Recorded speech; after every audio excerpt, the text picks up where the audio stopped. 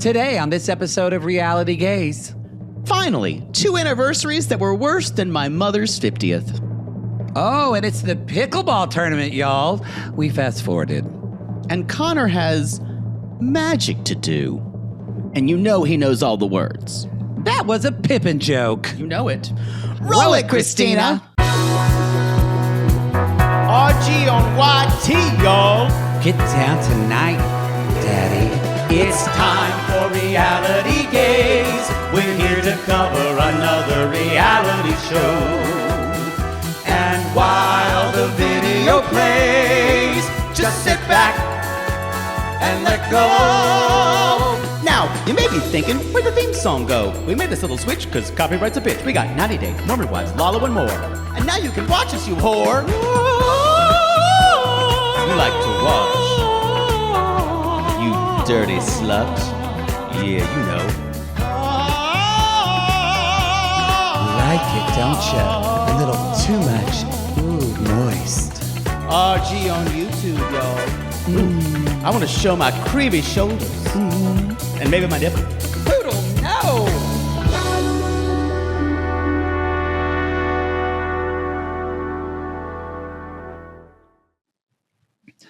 Okay, so I wasn't there in person to see this, but I'm imagining, were your family road trips like when Taylor, Frankie, Paul, and Leanne got into the car in Colorado?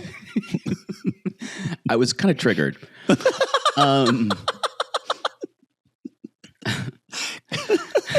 Because didn't you say your parents just would fight like this in the car? Yes. Yes. My father would never really fight, though. He would fight. My mother was so reactive that my father would say, I was just trying to, friend, Mother Poodle, I was just trying to say that, blah, blah. Well, I know what you were trying to say was. So your mother was the Taylor, Frankie, Paul who just Yes, yep. Extremely reactive. But no, what would happen is, a couple things would happen. My mother would get extremely reactive, then extremely quiet. So, you know everything. Quiet. So a fight would erupt, and then there was silence. And my brother and I would go, please don't fight. And my mother said, we're not fighting. We're just having a disagreement.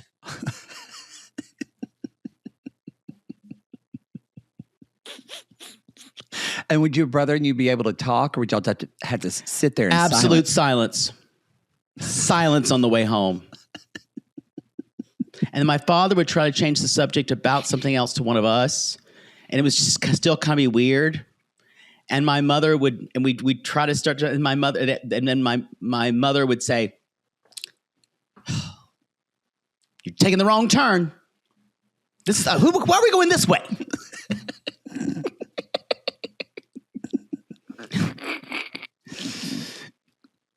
Yeah. Oh, boy. Yeah. Wow. Good times. This is Secret Lives of Mormon Wives. That's when you told me your parents never fought in front of me, I was shocked because they had a rocky relationship. Very. But they all kept it behind doors. And because I kind of understood what my friends' parents didn't fight in front of them, but I had a lot of people who did. In my family. I think it's healthier to have something in between. I think you're right. I think it's good to see these kind of discussions happening. And how you can have conflict and then have conflict resolution. Yes. I actually never witnessed healthy conflict resolution. No, neither did I. No. I just packed my dad's clothes in the truck while he cried and then moved him out. I think I would have preferred mine. I actually packing my father's clothes while he was crying. Except for when his grandma died. And when you came out. He got teary. He didn't cry. And that's when Brenda said, is that a new phone? Is that a new phone? Still one of my favorite stories to this day. Man, is that a new phone? Y'all, seriously, I was like, Dad, I have to tell you something. He's like, I don't want to hear it, Matthew. I don't want to hear it. And then I just got a BlackBerry Pearl, and my stepmom Brenda, is that new phone? I think that's gay enough. You didn't. Why'd you have to come out to him? You just got a BlackBerry Pearl. I know. Trigger Especially warning. saying the phrase BlackBerry Pearl. BlackBerry Pearl. Trigger warning for family trauma. This episode, ours and Taylor Frankie Paul. Y'all, this is Reality Gays. I'm Mattie. And I'm Poodle. And we are two traumatized homosexuals who love nothing more than tearing reality television a new one. Today, we're talking about... we all got pain. Yeah, those traumatized saints and sinners from Hulu's Secret Lives of Mormon Wives. This is season 4, episode 7, The Book of Fragile Egos. Fragile Egos. How fragile we are. How are y'all liking that YouTube song that Poodle did? Can we give him a round of applause, everybody? That was all Poodle. It's time for Reality Gays. That's because everything's fucking copyrighted on YouTube. And I had to write something of my own. Which I took from a rights-free track that I found. I can't even play a fart from a John Candy movie because it will get copyrighted. You know why? Because they make you use their horrible rights-free music. It is the worst of the worst, the YouTube stuff. It's terrible. Awful. And we're going to end up selecting it for old episodes of Secret Lives of Mormon Wives. So don't come at us, but it's going to be like... It's going to be terrible. I think maybe it'll Kristen just be sent you a list to maybe pick it'll something. Just be audio of me playing Evergreen as an 8-year-old boy. But how about that? Do you have that recorded somewhere? No. I think it's in a home movie somewhere. Oh. I don't know. You should get those digitized. I did all that, and I'm glad. But that means you'd have to go to your mom's house and go through her stuff. And then she'd have to tell me about everything. Just wait till she dies. It's going to be easier that way. Yeah. It's going to be easier that way. I've started, there's this whole lower section of my mother's. First of all, my Father Poodle buys, like when he is terrible at just buying things spur of the moment and just like stupid things. And buying lots of it. And so we have so much garbage just sitting there. And he's like, don't throw that away. I'm going to use it. And she's been slowly throwing it away. But she has the same thing. She can't throw any older stuff that she had bought away, like all of her real estate books. She doesn't want to throw those away. She doesn't do real estate anymore. I know. She's 75 years old. So I've started throwing it away. Do you just do it in the night? Yeah, when she's not around, I'll just pack it up in garbage. I'm telling you, when your parents kick off, just have an estate sale. They do it all for you and take 10 or 15% worth it. It's all so cheap trash anyway. We made $10,000 for my dad's stuff, and he didn't have anything because his third wife, Janet, cleaned him out in the divorce. I don't like feel 6 months before he got cancer. I feel right about you talking how much you made off your dead father, allegedly. Still haven't seen the death certificate. I'm just saying, we used that money to buy my nephew, his grandkid, a car. So. Well, that's nice. I think we feel too guilty just pocketing that. Well, I would hope so. So, yeah. Anyway. All right, y'all. This is bringing up a lot for us. It's probably going to bring up a lot for you. Again, thank you for watching, subscribing, click that like button, that little thumbs up. You like me. Thumbs up my butthole. Thumbs up in my butt. Thumbs up in my butt. Thumbs up in my butt. Thumbs up in my butt. Well, there we go. Now we have a theme song. You chastised me last time. Now you enjoy it. Now I like it. I did. I do. It's hot always in here. Like all of my past lives. I was chastised and told that I was awful, and then I get accepted at the end. All right, Joan of Arc. And then they kill me. Get it, Joan of Arc. You were burned. Every life I've learned. Every life I've lived. Boy. And then they kill me. They kill me in every life. Well, you probably deserved it. Maybe.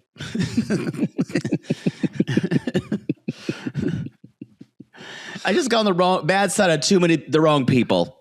Usually, open my mouth too many times where I should have shut it. I just had an image of you, probably as a woman reincarnated. I was a woman almost every time. This may be the first time I was a man. when I was a man before, I was like a fairy Bowery, like white face, women's clothes, prancing up on the Bowery, a castrati, something like that. I was something like this that. is the most masculine I think I've ever been in all of my past lives, and that's not much. Whoa, that's saying something. That's saying something. Yep. Okay, let us dive. Oh, this is what I was going to say. I do think in the 70s, I think you would think you died from cocaine from Studio 54. But no, I think actually you were shot. I think you were shot in some type of drug deal, but when you died, you did have cocaine all under your nose. Good way to die. That's what I think. That's the image I see. Not a drug for old people. As I've said before, if you're in your, I would say even if you're in your mid 30s or your late 30s and you've never tried cocaine, it's past for you. No, like it is not a drug for your 30s. You know what's really past definitely for not you? your 40s. I have a friend, and she's dating this guy, a normal guy. Great in your 20s. But they're in their 40s. And so the normal guy, who's a normal guy, he got a roommate, and the roommate is a guy he used to know a long time ago. Yeah, Or I they've can been see where friends this for a is long going. time. And so but the guy, the guy's somewhat normal, but dates kind of weird people. Well, the normal guy friend calls my friend one day and says, "Hey, is it normal if people are doing whippets in their bedroom?" It's not. And I said, "Absolutely not. At 40 what years age? old, 40s. Hey, you're too old. Yep. That you can't. No, can't do that. Basically poppers, right? Whippets? Where they like the balloon, where they huff, or am I saying it wrong? What is it? Where they inhale the balloon? I think that is whippets. What's the woman from Intervention you love that would do the cans? Oh, that's a different thing. Those aren't whippets. That's huffing, right? Yeah. That's huffing. They're doing whippet. Anyway, I was like, yeah, we're too old for that. You can do weed. You can do MDMA. You know. You can do mushrooms. Yeah. Other things hit you harder. Let's Is just MDMA say. Molly? Yeah. Oh yeah. I've never done that, but we had a dog Don't named Molly. Don't start.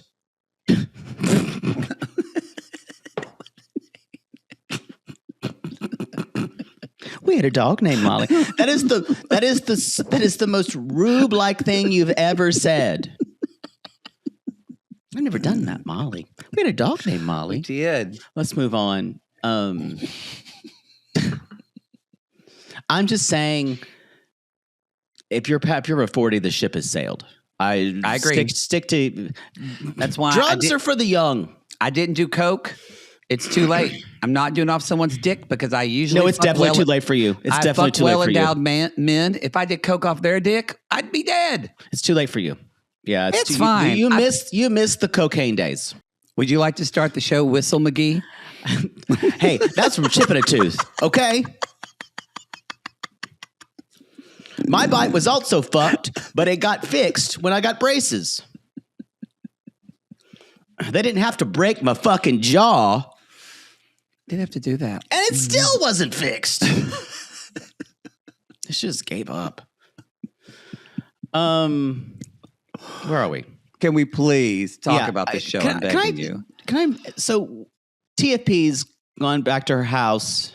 And the sister, you can tell the sister's like, so has everybody apologized? Yeah. Is everybody good? This Yeah. poor sister. She's sad. always the peacemaker. Mm-hmm. And she's like, Leanne's like, I need to work on my approach and not be judgmental. And I'm sorry. And even Taylor says, same. Apple doesn't fall far from the tree. And she's like, so I have something to say. And they're like, what? Every time you do that, it makes me think you're pregnant. And y'all, she's got two siblings.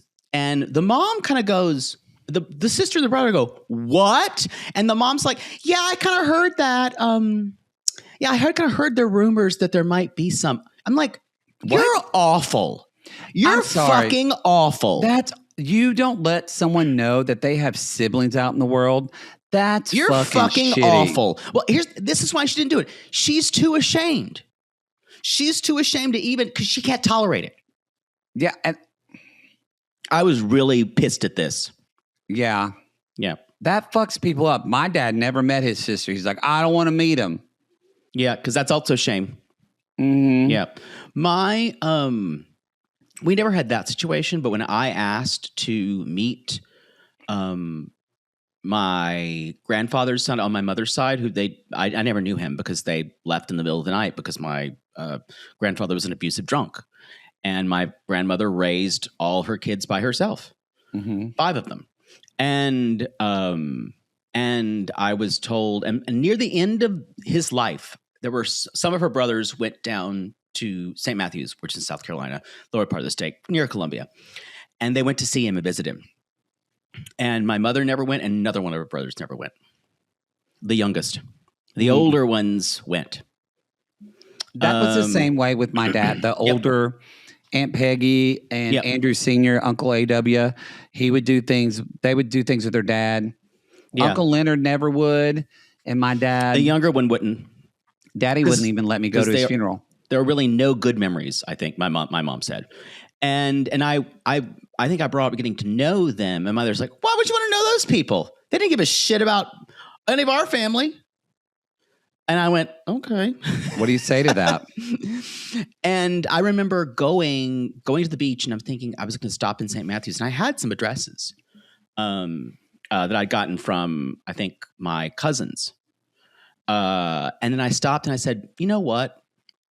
I think this would hurt my mother more than it would do better things for me. And so I never stopped. I wouldn't either if it would hurt. Yeah. No, she would consider it a betrayal. Yeah. Because that family that part of my grandfather's family thought they never really tried to they thought they were above them. Mm-hmm. Yeah. So it just wasn't worth it for me. I had all the addresses and everything. And back then you had to use maps. MapQuest. Yeah. No, I was like actually like a foldable map that I was using. I remember it so clearly. Let's go on. Let's move on. So thank God for GPS. Thank God. So yes, the girl, she says, looks like her and Aspen, and they live in Colorado Springs. Mm-hmm. And that's when Leanne says, I feel like some of this is my fault. No shit. And that's why I've kind of left her out of it. What you have done, Leanne, is you've created even more of a hole by hiding things from her. Mm-hmm. And by hiding it, you've made it more shameful. Yeah. For everybody. That's a thing. It's a weird, like, I remember, this was just recently, kind of when I was taking care of my dad in Oklahoma, and I was around my aunts and stuff a lot. Like, I have an Uncle Jerry. My dad's brother died of spinal meningitis when he was, I think that Jerry was 8 years old. Mm-hmm.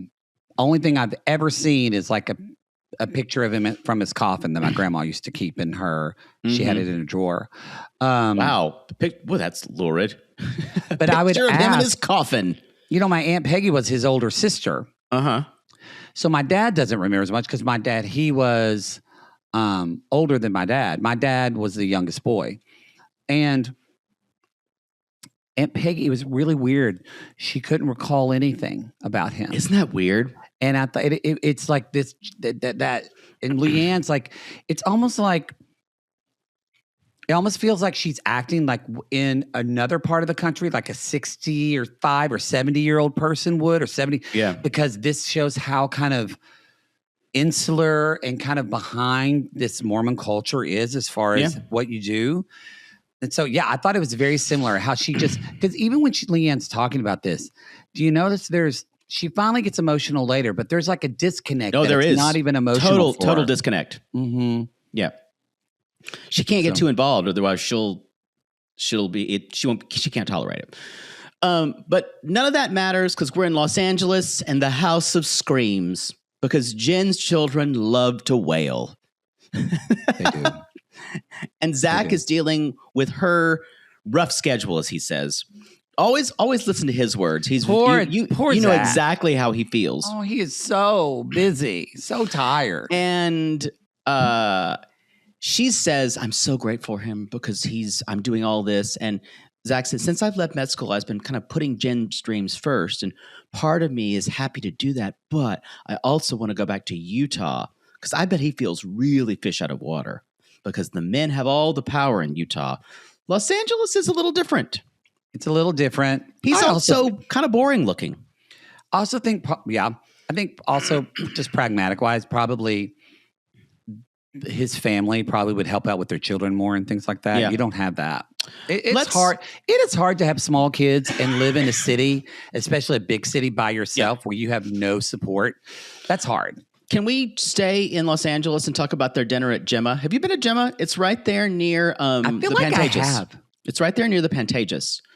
And it's like kind of some of the better food you can get near the Pantages right there on Hollywood. I feel like I have, yes. It's okay. It's pretty good Italian pasta.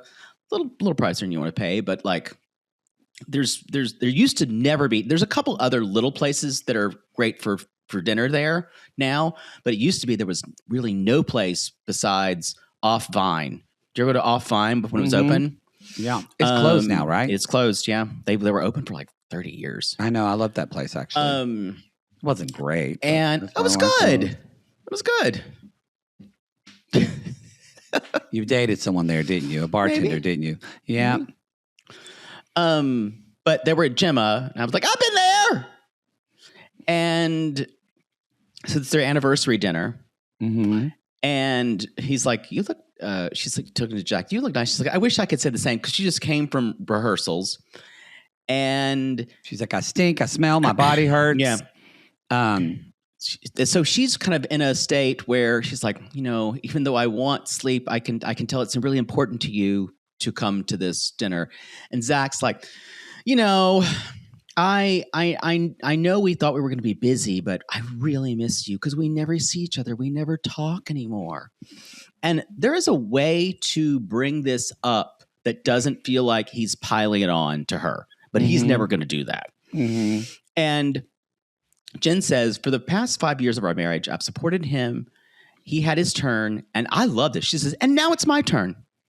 Yeah. And she scored low last week, so she's working really hard this week. I'm worried about the fallout because, as we know, I like Jen, but sometimes Jen easier can for get her to get dysregulated. Zach gets in her head. Yeah. And Zach This guy's so bad for her.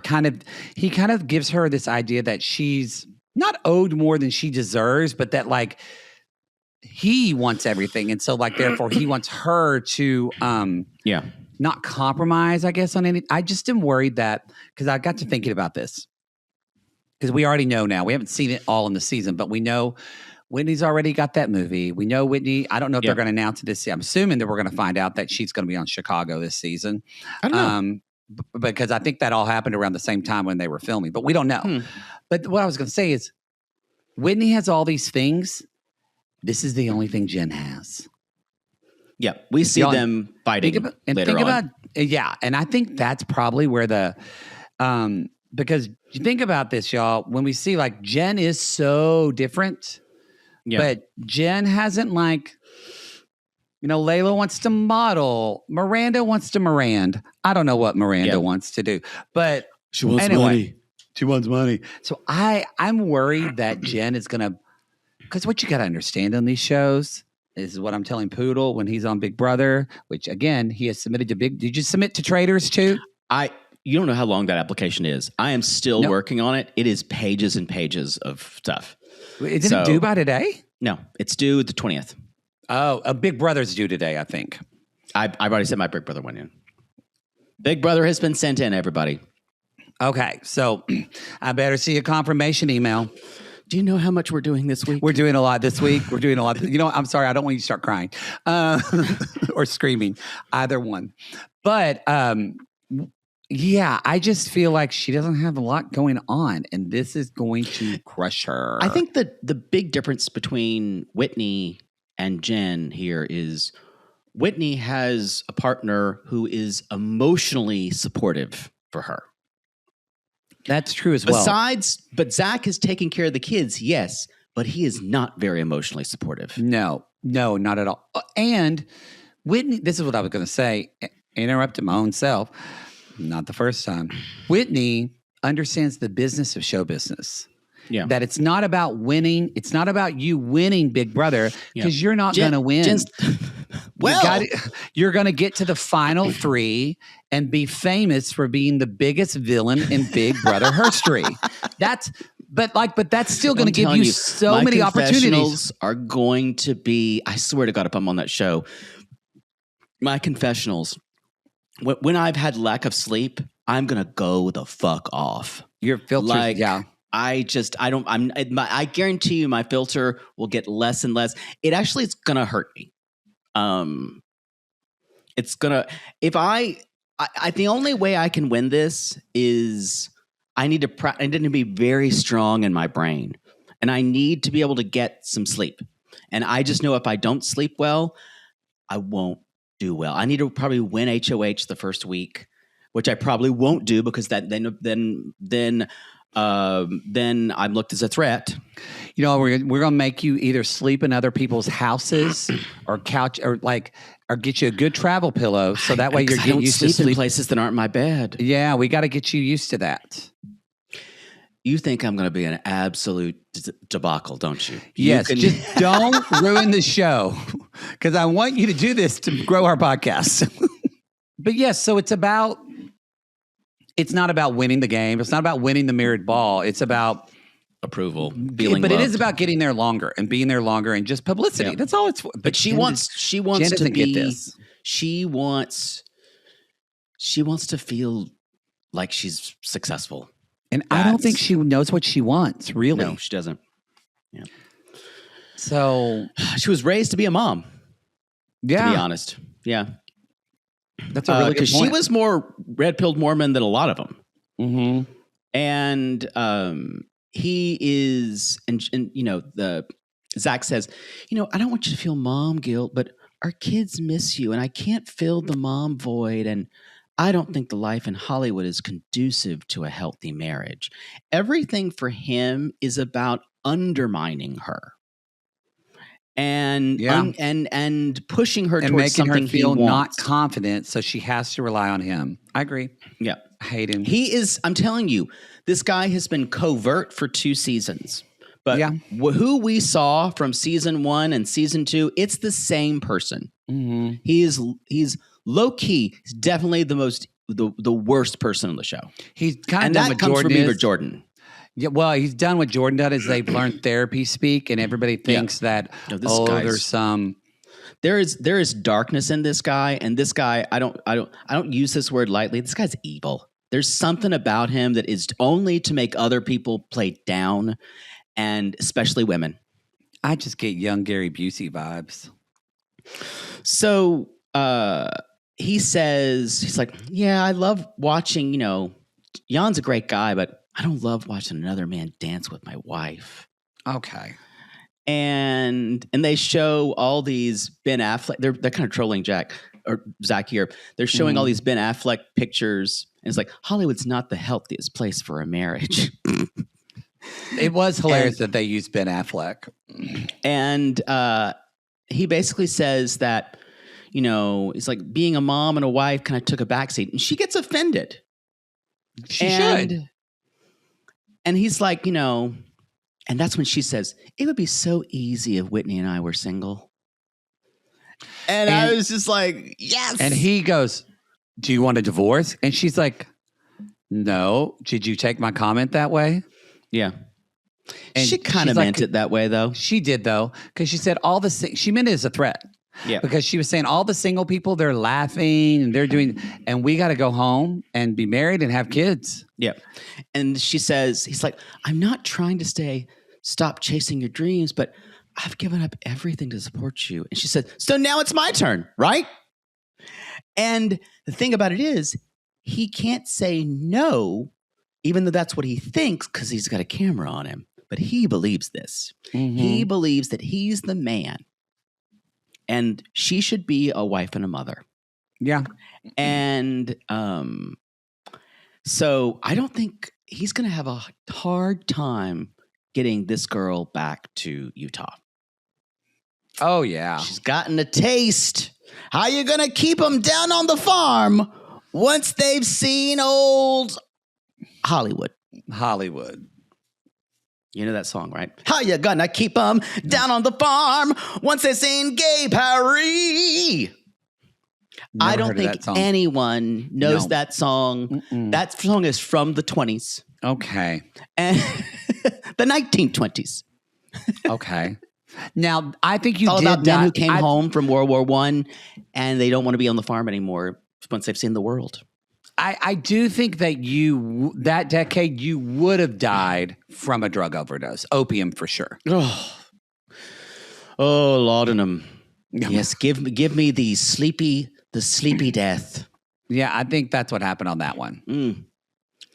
Oddly enough, I agree with Dying you. in an opium den. I think you've pretty much always been a woman and never died from natural causes. No, I think someone either murdered me or I took too many drugs or an STD.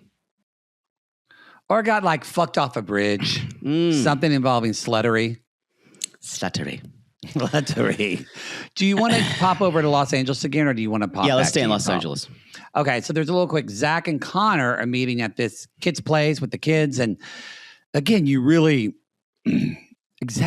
Connor is such a good guy. He's a really the good way guy. he listens to Zach, because they're at... and If they ever Zach get is like- divorced, I'm got my sights right on him. I'm not going to get involved in her marriage because I like her too much. Even though it's a lavender marriage. Fine. So Zach says, I think he's handling this better. Connor's handling this better than myself. And Connor said, it's been nice to have him out here. I think it was a little less isolating for one another. And Zach tells him, he's like, well, now she wants to live here. And does Whitney want to live here? Are you down for that? Are you enjoying this? And Connor's like, yeah, I'm totally fine. He said, but I just know that I do need to do my own thing. Yeah. And we see if he And decided. it's magic. I kind of love this. I think what I love about I this, 'cause busted out laughing. I To be laughed, fair. but at the same time, he decided to leave his job. Yeah, I And- get you. And also, when you're in this career of show business, as we are, suddenly now, show. but suddenly now I think maybe he always wanted to be a magician as a kid and never saw a path towards that. Well, it's like that. A lot of people, a lot of boys, and we had a lot of sisters say, that was me too. I was a girl magician. It's interesting. I don't think it's marketed as much to girls, though. Yeah. It's for sure marketed to boys. Well, he said, I'm the one that decided to leave my job. And he said, but I've been doing magic and practicing my close-up magic, and I've gotten good at it. And he talked about, that he loved to do this as a kid. And I love this for him. You're right. What I Even though love, it's though, magic. I laugh, but it is about following the fun and finding something that's fulfilling, right? I mean, literally, what we're doing, I never thought that this would be something that This is our job. Be our job. We were like, you know what? I did it years ago for myself. I just wanted to put myself out there and have fun. And then we were like, we're getting drunk anyway on a Wednesday night watching TV. Why not? So we might as well record a podcast. But it was fun. And but that's just not Zach's mindset. No. Yep. Because Connor's a good guy. Zach's not. God, I want to suck his dick. You're right. Why do you need to go there? You thought it. No, I actually didn't. Really? No, you're just the one making it dirty. Sure, Jan. Shall we jump? There's a little bit more of Los Angeles we can talk about. Oh, there is? Mm-hmm. Where? Yeah, it's when Jen and Zach have a conversation later on.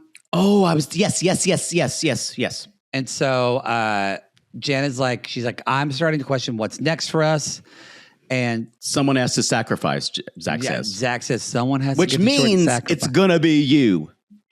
And he says sacrifice for the other person to do. It's interesting. And maybe I'm just too codependent. And I am. Yes. Yes, that That's the answer is answer. yes. Thank you, Coda. Appreciate them. But I do think when you really love someone and you want them to be happy, it's I don't think sacrifice is the right word, because sacrifice means like you're killing something or you're putting it away, you're closing a door. But I feel like it's not, I feel like more, it's not your season. I think sacrifice implies that the person who is sacrificing feels some level of resentment about that. Exactly. Yeah. What are your coda meetings like? Could I get in there and get people to do things for me? Nope, you sure can't. Tell me which ones you go to. No, I'm not telling you at all. Ooh. Get a good, I could enable it all.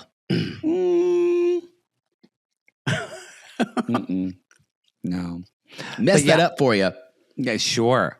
So now Zach says, Jen's like, well, did you talk to Connor? And he's like, yeah, I did. He wants to be a magician. He said, but that did inspire me. I need to figure out what I want to do. And Zach said, I don't fully trust it, but maybe it'll help Jen in some ways. But he said, I need to have a different mindset to find joy in this journey. And I went, I don't believe you when you say it, but that's a great, I hope you do. I hope a part of you does believe in that, because it is a really hard thing, but you kind of have to find joy in it. And so you will never convince me that this guy's a good guy. No, it's people like this don't change. I actually think he could change easier than Jordan, but it would take a huge existential crisis, like like something just completely rocked his life. He's just programmed from his upbringing. Ugh. And then she says, she even says she feels guilt and shame trying to pursue her career. And she says, would he be happier with a more traditional wife? 100%. God, they're all going to be so much happier when they get divorced. Uh-huh. I can say that about at least 3 of them. At least 3 of them. I don't want Macy and Jacob to get divorced. I agree. Think they balance each other well, I feel I don't know about Michaela and Jace. I think she needs a lot more work on herself. It's not about them. Yes, because here's the deal. If they got divorced, she can't be sexually intimate with someone else. Yep, exactly. Like at least right now, at the way that she is, and I'm sure it may be trigger, but I'm not trying to be funny. I feel like Michaela maybe end up like being better in a lesbian relationship or with someone. Can't see that with her, but yeah, maybe asexual. Because she's like has this like men trigger her because of her abuse, and so yeah, I don't think they're going to make it because of her, honestly. Yeah, I would agree with that. Anyway, y'all, we've got a pickleball tournament. I fast forwarded through most of this. I don't give a shit about it. But Macy says, I can't lose to dad talk. My ego will never recover. Mostly because she was a tennis player. She was. And Taylor is being a cheerleader because she's just had a boob job. So, and she's like, they're sitting there playing pickleball. She's like, hey, by the way, I found out I had 2 siblings. And everyone kind of stops and goes, what? Yeah. She's like, yeah, apparently my dad had 2 other kids. The big news here is Miranda's friend Shania has been asked. Better play pickleball. Yes. I'm going to think of it every fucking time. I don't know if she'll stay around. Differently. Yeah. I don't know if she'll stay around, but we have a Jesse Jordan an anniversary dinner. I don't know how long. Another anniversary dinner. Saddest anniversary dinner. Holy shit. Ever. Whoa. So she says, I'm conflicted because I left my first husband right after the 5-year anniversary. So it kind of seems cursed to me. And he's like, I can't believe it's our anniversary again. And I wrote down, they are miserable. They are really miserable together. Sadly, Jessie sees successful marriages as having a successful marriage as being equivalent to her worth. And that's a shame. Also think about it though. She's 33 years old. So that means she's been married collectively for 10 years of that? Yes. That's her whole adult life. Yes. Yes. And because she got divorced, y'all, and then how long did she wait to marry someone else? So she probably got like, that's Mormons. Again, she got married at 18, then divorced at like 22, 23, and then married again at fucking like 27. Or 20 she married when she got out of college. Did she go to college? I don't know. I don't know if they did. I don't know.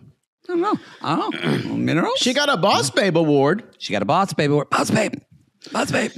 So she starts crying. She's like, 5 is harder for me than I thought it was going to be. And she tells him about the 5th year anniversary. And so Jesse's like, I know we're not in an amazing place, but I feel like we're trying to do this. And Jordan's like, well, I'm grateful to be in this and fighting. And basically Jesse says, we've been living in limbo. We're making a decision at the end of the year. And I think it's October now. And Jordan says, because of my mistakes and your mistakes, I'd like to renew our vows. This is diabolical. It's diabolical. And she honestly, I got chills from this. but she could see it. I think that's what her reaction, because she didn't say it, but I could tell she was like, oh, that's fucked up. I mean, she said, I don't know if we're ready for this. It's because, y'all, this is saying, because once you renew your vows to me, that's it. Yeah. That's it. Can't get out away from it then. It feels like this was so chilling to me to watch. Yeah. She's like, it feels like we're never on the same page and we can't get it together, or maybe we're destined for divorce and that's the real thing. There's a hierarchy of men on this show. Jordan's really, really awful. Zach is somewhere there just a little smarter than Jordan. Then you have the kind of just douchebags like Chase. Dakota's a bad guy. I think Dakota's up. He's definitely in the top 3. I would almost say Jordan, Dakota, Zach. Oh, you think Dakota's up there? Sometimes Dakota, because he wants you to think he's a fuck boy and that he's stupid, but he's not. Oh, you don't think so? I think he's like, that's why I call him a golden retriever. He's living life in the moment. I don't know with this whole thing of her being on The Bachelorette is really fucking with his brain. Yeah. It goes back to that again, kind of what you talked about, Zach, but you're my mother of my child. I own you in some way, like you're mine. Yeah. I just don't think he has less forethought. That's the difference between Jordan and Zach and him. Yeah, I can agree with that.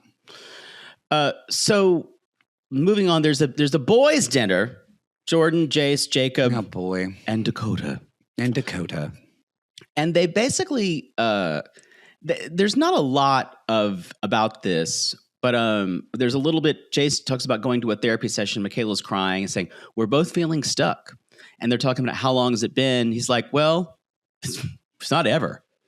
And then she said, if we're going to do this, it's only going to be for you, and because I'm never going to enjoy it. And I was like, that's hard to hear. She's not ready for this. And y'all, they would be divorced if she hadn't gotten. Remember how devastated she was when she got pregnant? Yeah. Or was that was Jen, I believe. They all mingle. But she just had a baby too. Yeah. I think Jen was going to leave Zach. I think Jen and Michaela will both be divorced if they hadn't had babies. 100%. Yeah. Children ruin everything. Boy, that's the truth. With their lawyers.